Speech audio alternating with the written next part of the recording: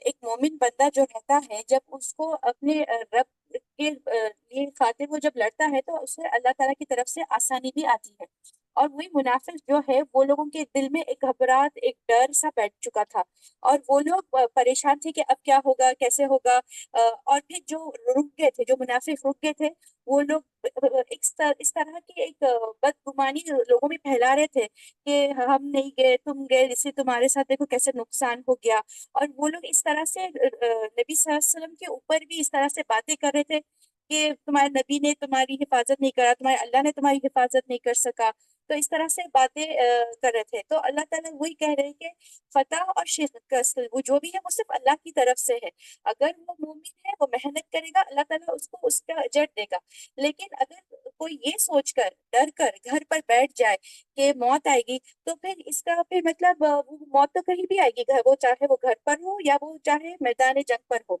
تو اس میں بیسکلی یہ ہے کہ منافق کی باتیں کیا ہے، دل کو زبانی جیسی باتیں کرتے ہیں، اور اللہ تعالیٰ ان کے دلوں کو ہمیشہ سے ایک پریشان والے حال میں رکھتا ہے، اور وہی مومن کو پرسکون ملتا ہے.